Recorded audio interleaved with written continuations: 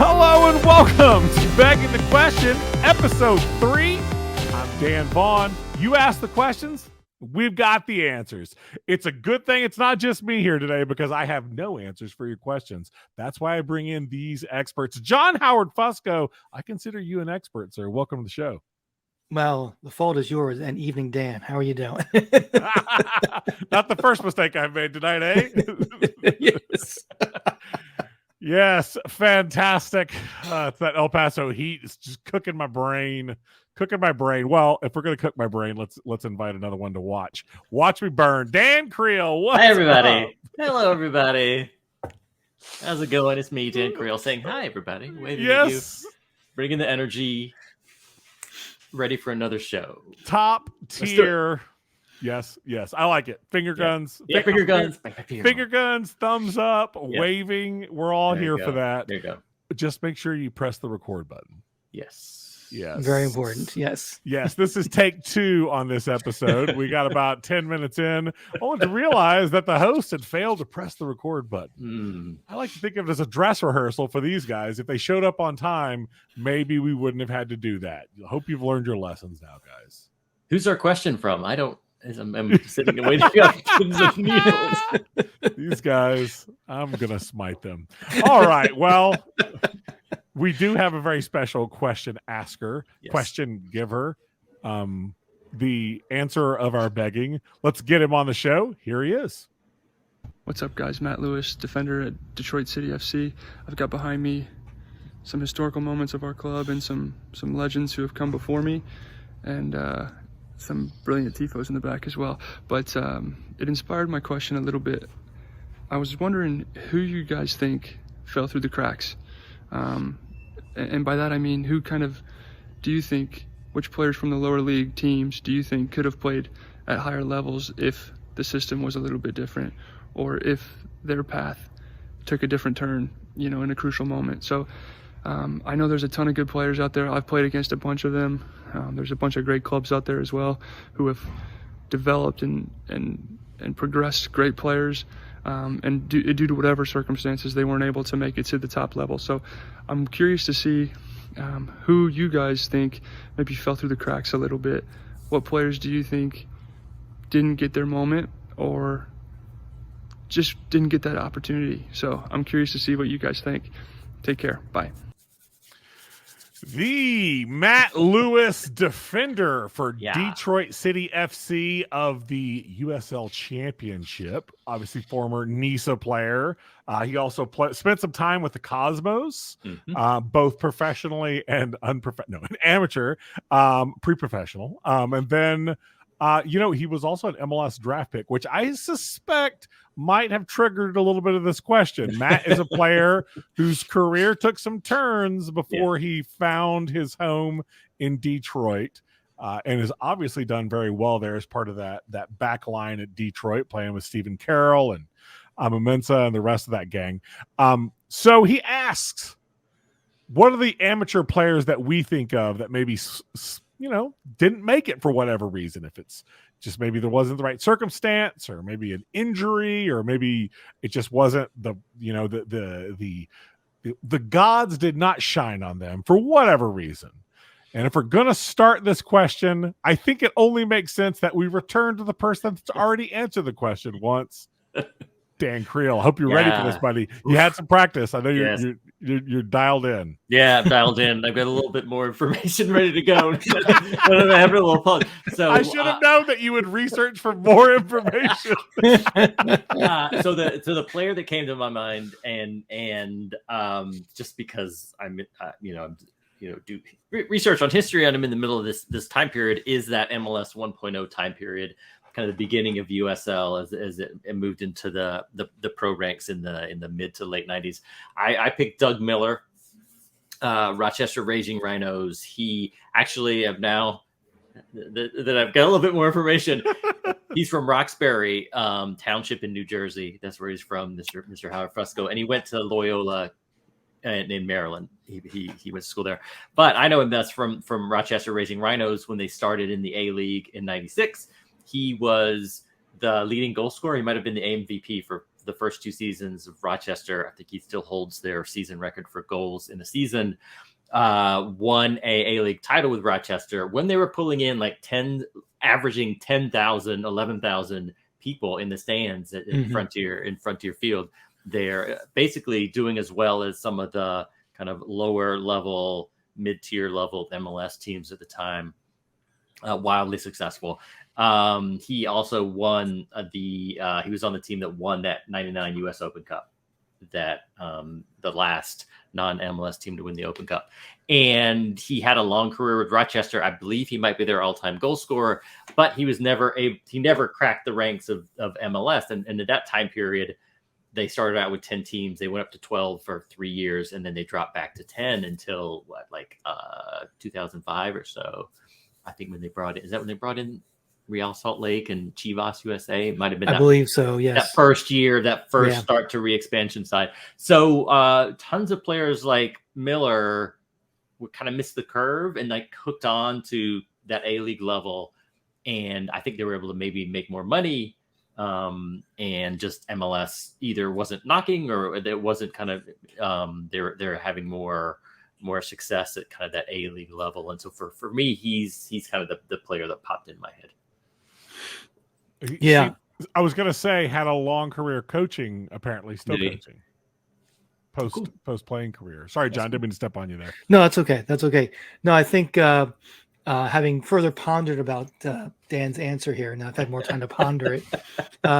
It makes a lot of sense because at the time, certainly when MLS was getting started, they were probably more apt to want to bring in an amateur player than an existing pro player, and having to compete with, it sounds weird to say compete with A-League for a salary, but they kind of had to do that, especially try to fill out a roster in MLS where they're very restricted as far as salary cap and how much they could spend on a player.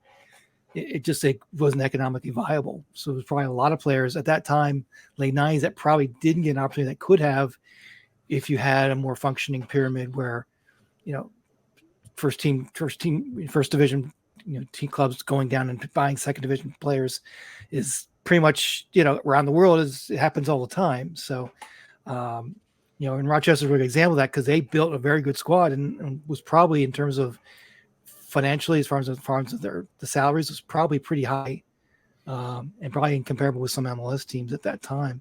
Because I think about, talking about the Open Cup, I think about those early years of MLS playing in the Open Cup and coming across amateur sides that had great runs, and those players from those clubs ended up getting drafted like the following year. I can remember like the San Francisco Seals. CJ Brown comes to mind right away. When Chicago Fire came into existence in '98, they had a great run the previous year in the Open Cup. He gets drafted by them, probably mainly due to the performance in the Open Cup. So the tournaments gave another opportunity for these players to shine. But yeah, I mean, I'm thinking about that, the early years of MLS, and there are probably plenty of A-League players that probably could have played in MLS and probably didn't for salary reasons. Shout out to Doug Miller also having the name of your best friend's dad. Yeah. I mean, when you said Doug Miller, I was like, did I know someone named Doug Miller? I feel like I did know someone named Doug Miller, or maybe I knew Doug Miller's son. We played on the same baseball team or something. But by the way, while you were talking, I look up Doug Miller's picture. He seems like a very pleasant fellow. He seems like he scored, but he did score 61 goals for the Harrisburg Heat across 2 seasons. Yep. That's pretty, 53 goals for the Rochester Raging Rhinos. Yeah, he's a bit of a baddie. Yeah. Okay. John Edward Fusco, the gauntlet's been tossed. Hope you're ready to pick it up. Yeah, this question for me was really a challenging one because when you talk about players who fell through the cracks, notwithstanding the era that we talked about, but like more modern era, where there are a lot more opportunities to move up. It kind of gets hard to talk about, quote unquote, slipping through the cracks, because there's probably circumstances. And to really know the circumstances, you really have to know the player's situation and know their story. And I hope I'm not stealing your thunder here, Dan, but, I remember when Mele Malongo came in, played for New Amsterdam. He was playing for New England Revolution's 2 side. But for some reason it didn't work out, and he ended up in Nisa. And you always wonder how those things don't work out. What was the reason for it? Because clearly he's talented. In watching him, he has talent. Was it other circumstances? Was it just a numbers game? It can be a lot of factors that can get in the way. I also think, and this is just my feeling, but maybe you also agree on this. In American sports, we tend to focus on the athlete in terms of the athletic build. They need to be a certain size, a certain speed, certain what have you. And in soccer, you can be smaller, but you can be very skillful, right. and that can certainly move you along very well. I mean, you look at the person that everyone's talking about, coming to America. Talk about Lionel Messi. If you just look at him in street clothes, his physique is not going to blow you away. You're not going, wow, look at that great athlete. But put him on a soccer field and he is brilliant. So I wonder if some players get lost in the cracks, fall through cracks because of size issues. I remember being at the NPSL final last year, which was Crossfire Redmond versus FC Motown. Crossfire Redmond had a player on their squad. Now he's still playing in college. He hasn't joined the pro ranks yet. He's playing college. Christian Soder-Khan. Guy could have been more than 5'3", 5'4". Definitely the smallest guy on the field. But skill-wise, I mean, was just miles ahead of everyone else in terms of ball handling skills. But you wonder about a player like that, like what is his future in American soccer because he's small? Will that hold him back? So I kind of throw out there to you guys. Do you think that in American soccer there is an issue with size? The physical stature of a player that can hold them back? I think that's clear that especially I think about it particularly with other sports, right? When we look about like the combines that the big sports throw, there's like this commodification that comes about like of certain skills and this expectation. If you're not this tall or this fast or this, then there must be a reason why you're not going to succeed. Because when you work within a draft system, those draft picks become very important and they have to be spent very effectively, very wisely. So hedging your bets as much as possible around a physical specimen makes sense within the type of environment that we see, where if there's more time spent developing a player, that maybe you begin to accept those maybe perceived deficiencies if there's other aspects of their game that show up. I think I love Mele. The player that I thought of whenever this question was first tossed out is Vinny Bell. And I think of Vinny Bell because for 10 years now, he's been an absolute stalwart for Cleveland in the NPSL. And he recently, I think it was last year, was picked third all-time player in the NPSL. He is a consistent scoring threat for them. He's played well in Open Cups. They've won a championship with him. And I look at a player like that coming out of college. He won all kinds of accolades. He was incredibly good playing, and for whatever reason, just didn't take off. Didn't get, did he get a chance? Again, I think John is right in saying that a lot of times we don't know all the specifics of what's going on in a player's backstory. It's really only what we do know. But I can say that he's a player that has been consistently great for one team. And you would think a player like that who is shown at this point, not promise. He's 32 at this point. So at this point, it's not promise anymore, but it's shown consistent greatness. You would think at some point you get a cup of coffee somewhere, an opportunity to just see if it translates. But I think this is a great place for us to jump off into where I'd love for this conversation to head, because I do think, credit to Matt for asking a good question, but there is a limitation to how much we know about how successful a player could be, because there's so many limiting factors that kind of go into this equation. It's not a simple answer. It's not as simple as, a player plays well, he should instantly be up to the top, right? There's coaching, there's the leagues that they play in, there's the era they play in. I think that's a really in fact, it's on here. I wrote it down that if you look, let's pour a cup out for the players that were playing in the 80s, because there wasn't a D1 league for them to play in. So no matter how good you were, and then at the same time in Europe, there was a massive stereotype about American soccer players not being good enough to play. So it really didn't matter how good you were. There was just no place for you to go. You're playing in an indoor soccer league probably. And that's really about it. That's really all you got. Now maybe you're scoring 60 goals in 30 games, but whatever, it is what it is. But so I was thinking about it a bit, and I wanted to kind of use Matt as a perfect example of this. And Matt, I don't suspect you thought I was going to do this, and I'm sorry for you, but I got to just for a second.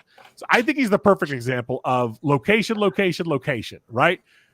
He was an MLS draft pick, but he doesn't stick in MLS, right? So maybe for some he's a bust, right? He didn't make it. He was an MLS draft pick. Doesn't mean he wasn't talented, just means he didn't make it. And I've talked to Matt. I know that injury played a role in that. Also, opportunity played a role. The players that he was competing against for positions played a role in that. So he doesn't stick for whatever reason. He finds a spot playing for the Cosmos, playing amateur soccer in the NPSL. I'm going to say amateur like this. If you know anything about the Cosmos and NPSL, there was some amateur soccer being played. So eventually, after they move up to Nisa, he gets signed by Detroit once the Cosmos. No, did he get traded, or I can't remember exactly. There was a transfer. I remember that from the Cosmos to Detroit.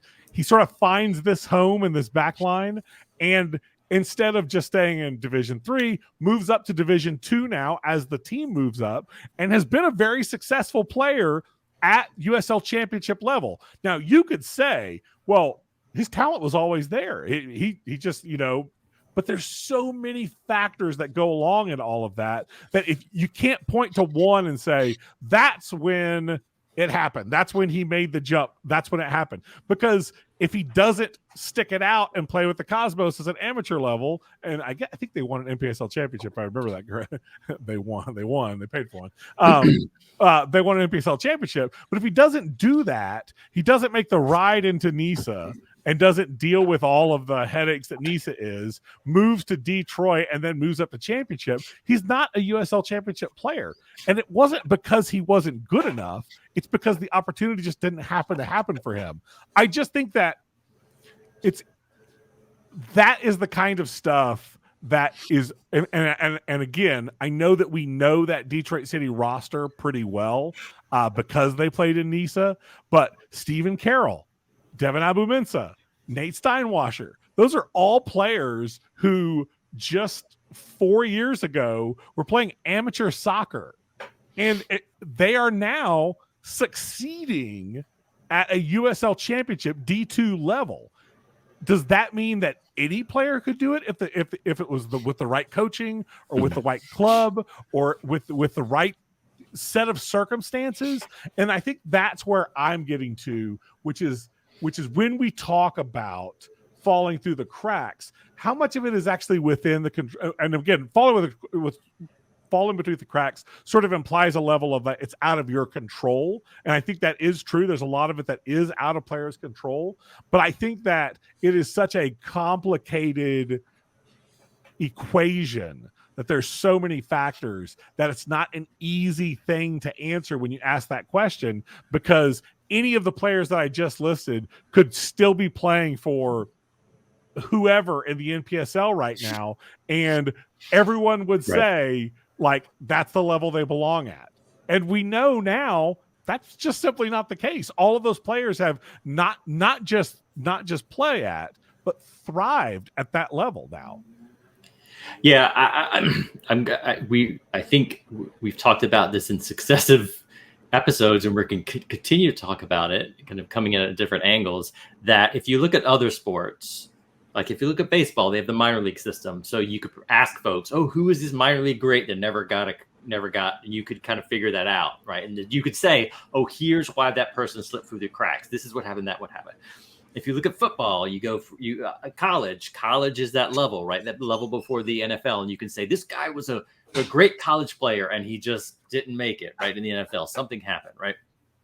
Hockey, basketball, you can do the same thing. Soccer in the United States, when it comes to that, kind of, with the cracks are like massive. The cracks are like huge, Grand right? Canyons. The cracks are not the exception. The cracks are the rule. So when you talk about, and this is a very hard, it's a great, but it's a very difficult question from Matt Lewis.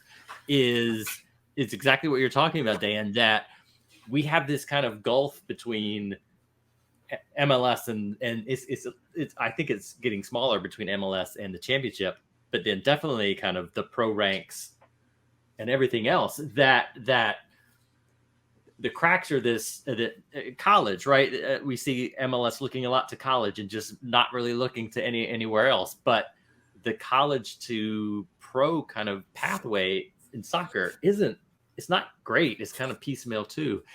And so I think it's a much more difficult question to answer when it comes to soccer in the U.S. than it would be in soccer in other parts of the world, right? You could have the same thing. Boy, this kid was a great academy prospect and kind of got loaned to the lower levels and never hooked on and just stayed in the lower levels. But here in the U.S., and like you said, we have generations of this, because you could think of pre-NASL, right? You have that massive gulf between basically 1930 and the beginning of the NASL. We have literal generations of players, American players, who just had zero avenue. Like a player that just popped in my mind is this guy called Larry Surrock. He's from Baltimore. That's why I know him. 6 foot tall. He was like, he's spoken of in newspapers as like this guy who just like crushes balls and just like bangers everywhere and scores. And like he went to Korea. So he lost a couple of years, but the highest level he could play at, he played in the ASL for the Baltimore Rockets, right? Which is basically it was a pro league. It was the top pro league. It's a scrubby league, but he was working the same time. He went to school the same time. So a guy like that today would be, Brian McBride, that type of player. But so yes, it's a very difficult question to answer because Dan, you hit it on the head.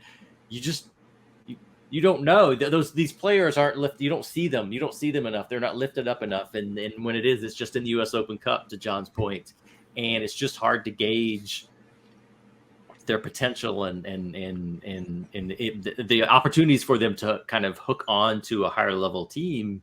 It's just so few and far between. Yeah. I mean, Can I just say before you go, John? Yeah. I love crushing balls and scoring bangers. I'm here for it. There you go. And I think that's one of the things that we were excited about as far as when NISA started the Independent Cup, because it gave an opportunity, it gave another showcase for these amateur players to shine on a bigger stage, playing against a professional team and making name themselves. And I can think of a couple players who actually were able to sign professional contracts simply based on their performance in the Independent Cup. I'm going back to 2021. Jesus Batiz was a player who played for Mass United Rush, and they played against New Amsterdam in the Independent Cup. And they said that New Amsterdam said they could not stop him. He was like unstoppable. They signed him. They brought him on to New Amsterdam, and now he's playing for Toronto FC 2 in MLS Next Pro. So he still has maintained being in a professional. One that people in NISA probably know a lot more because he played a couple years in NISA was Ian Cerro.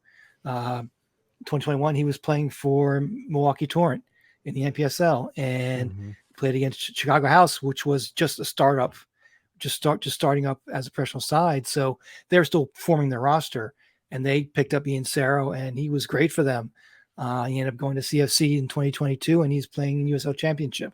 So it's kind of because our system has so many cracks and holes in it, that it takes something like that where you get your opportunity to play against a professional side, and you just got to make it happen. So I was thinking while you were talking about that, I remember when the Florida Soccer Soldiers were playing, I think, Charlotte Independence, and they had a player that really shined, and they ended up signing him to a contract after that match. I think that one of the things that I was thinking about is, how do we solve this? It seems clear to me that those cup competitions, either through the Open Cup, through the Independent Cup, you name it. I mean, I know that now there's state cups that are coming about, but how important those are for talent exposure, just the chance to get on the field and prove that you can hack whatever level that you're playing against, that without those, you might just sort of toil away in obscurity, with the acceptance of, with the accepted value of, well, that league isn't that good, and therefore this player is not that good, regardless of actual reality, right?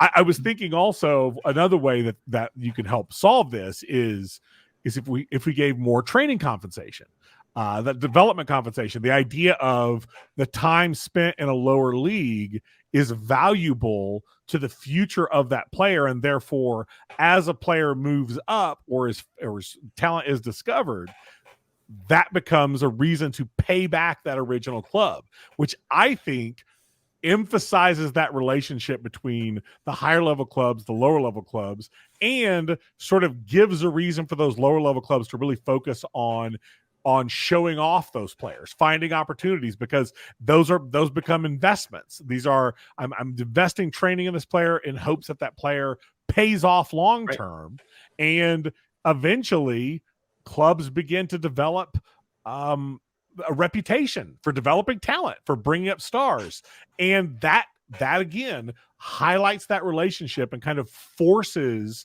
those top tier clubs to pay more attention. Several times we've talked about during this conversation about taking risks for one player instead of another player, or why that decision is made. And right now, MLS, when it looks to add talent, for the most part, attempts to add out of college programs or sign foreign players.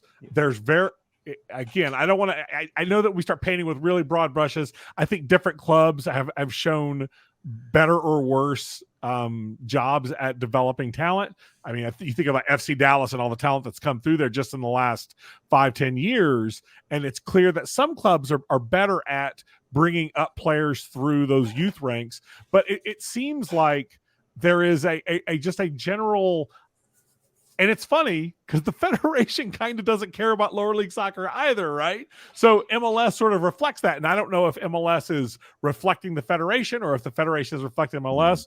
Bum bum bum. But my point is that for whatever reason, there's just a general lack of focus on lower league soccer, and therefore the players that toil away in there have to hope that they make it some way. One more thing before I get out of the way, John. I know that you got something to say, and I know it's not even fair for me to keep talking. I can't help myself. But when I was talking to Matt Bolduc just about 2 weeks ago, interviewing him, he's a player that played for Richmond Kickers and is currently playing for Flower City Union in Nisa. I was talking to him about his path and asked him, how'd you get to the Richmond Kickers? And it was, he knew someone. Yeah. And they knew someone, and that's how he got a chance. And then I said, well, how'd you end up at Flower City Union? Well, I knew someone that had played with me at Richmond and was playing over there, and that's how I got there. I can't tell you how often when I've talked to players and those moves happen, it's almost always because they happen to play with someone at some point, and that's how they got in. And so it becomes a who you know, and again, that adds another factor into this complex equation of, like, who do you know? How can you find a way in? And in some ways, it sort of mirrors the whole economy in some ways.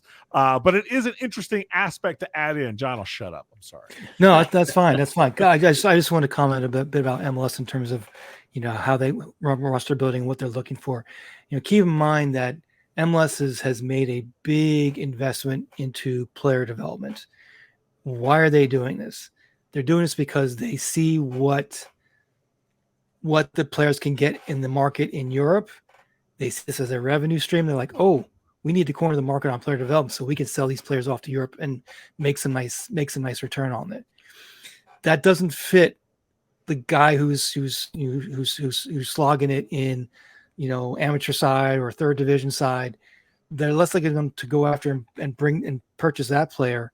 Much more they're going to look for the younger player they can bring into their academy, so eventually they can play a year or two in MLS and then get sold off to Europe. That's how they're looking at it. So now there are exceptions. There are some clubs that maybe aren't not heavy on DPs, bringing in high price talent, maybe trying to build a decent roster through American players, but that they're more the exception, not the rule. So when your first division looks at you that way, doesn't really see you as an asset, just says, we can't really, a Doug Miller would be a perfect example. Like we can't pick up Doug Miller and sell him off. He's right. He's kind of, he can definitely help us, but as in terms of as an asset, how much can he can't really bring anything back for us. So that's kind of where we are with MLS. So I'm really curious to see what USL is doing in the future, because I think that's where those players can make it and thrive. I think that the goal should be to, again, getting back to Matt's question, closing those gaps as much as possible, sealing those cracks so that talent always finds a way to the top. And then, of course, no matter how good your system is, some players will not. But I think it was very interesting over the last, and again, I know that we're NISA-centric. We can't help it. It's where we came from. But seeing USL League One begin to pluck these players off that were shining on NISA sides. Mm-hmm.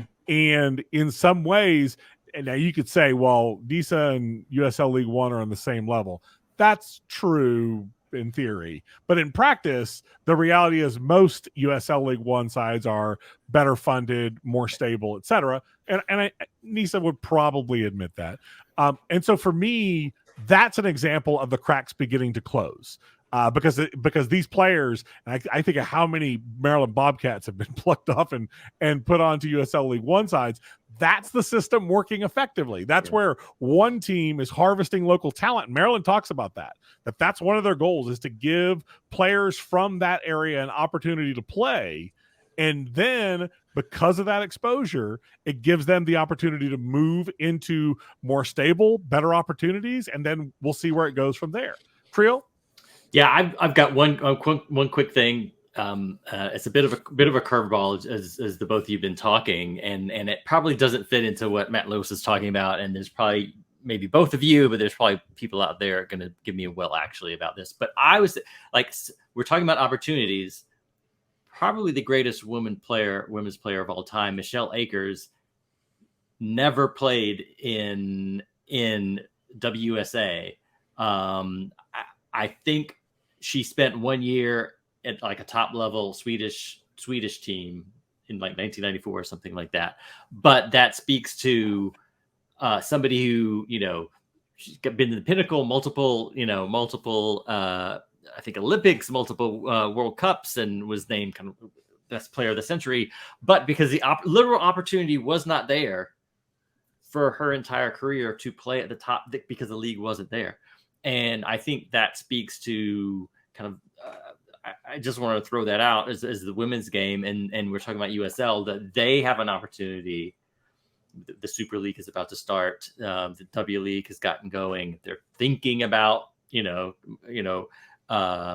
creating a system where all these pro teams would be Division I ready, that maybe there's an opportunity there on the women's side to create a more stable development kind of minor league, system that helps create more opportunities and not have this kind of weird kind of break that the men's game has. And I don't know if it's ever going to get fixed. So I just want to throw that out there. Yeah. I just want to throw in real quick, because I know there are people out there who will say, yeah, but what about Chris Wondolowski? Chris Wondolowski is the exception that makes the rule. He sticks out so much because he was the extreme rare player who actually worked his way through amateurs to lower division to MLS, right, and having his great career. But he is such the exception. Like that really doesn't happen. Why aren't we seeing a bunch of them now? If he's exactly. why isn't all of a sudden like it worked with him? Why? Yeah. Yep. All the Chris Wondolowskis. Oh yeah. Oh, Wando. Please. We love you, Wando. And we love you, Matt Lewis. Massive thanks to Matt Lewis for giving our question today. Excellent work, sir. Best of luck to you and the rest of Detroit City as you guys get through your USL Championship season. John Howard Fusco, excellent work, sir. Appreciate you as always. You crushed it. Thank you. Thank you. As always a pleasure to chat soccer with you guys. And I like being on this brick wall here. I love that as well. I like that he got the top spot this time. Yeah, usually he's right. in Yes, the Creel's holding this time. Creel's holding us up. Love it. Dan Creel, thank you for your Atlas style work today. Appreciate Thank you. You're very welcome. That's me. I'm an Atlas of a man. Yes. And thank you for watching / listening to the show, because obviously we release this on multiple platforms. Thank you for your support. If you enjoyed this show, look for others on this feed. There's other great questions that have been answered on Begging the Questions previous, and we appreciate you giving those a shot. As always, check us out on Twitter, on our socials. I can't remember them at the moment, but if you follow Protagonist Soccer or on Twitter, we're at Protagonist USA. We're Protagonist Soccer on most of the rest of the socials. But if you follow those, you'll see us. We're there. We're in and around. We're getting retweeted. We're making quick appearances. But as always, thank you so much for your support. Thank you for watching this episode of Begging the Question. We'll see you soon. More questions to come. We're out.